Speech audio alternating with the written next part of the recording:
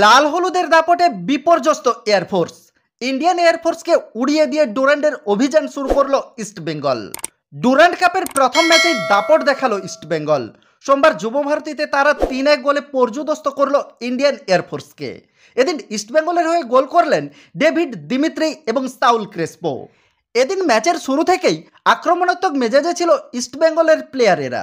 বলের সিংহভাগ দখল ছিল তাদেরই অধীনে।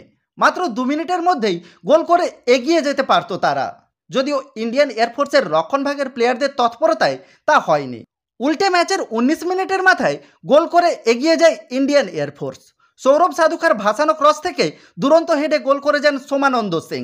ইস্টবেঙ্গলের গোলরক্ষক প্রভসোম্মান গিলের সেক্ষেত্রে কিছুই করার ছিল না, তবে তারা এই অগ্রগমন বেশিক্ষণ ধরে রাখতে পারেনি। বিরতির ঠিক আগেই ডেভিড গোল করে দলকে সমতায় আনেন।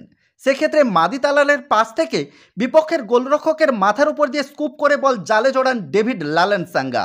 দ্বিতীয়ার্ধে দিমিত্রিয়াস দিয়ামান্তাকসকে মাঠে আনেন কোচ কার্লোস কোয়াদ্রাত। এতে ইস্টবেঙ্গলের আক্রমণের ঝাঁজ বাড়ে। 61 মিনিটের মাথায় মার্ক জোথানোপইয়ার ক্রস থেকে চমৎকার হেডে গোল করে যান সেই দিমিত্রি। এর কিছুক্ষণের মধ্যেই ইস্টবেঙ্গলের হয়ে 3 নম্বর গোলটা করেন সাউল ক্রেসপো।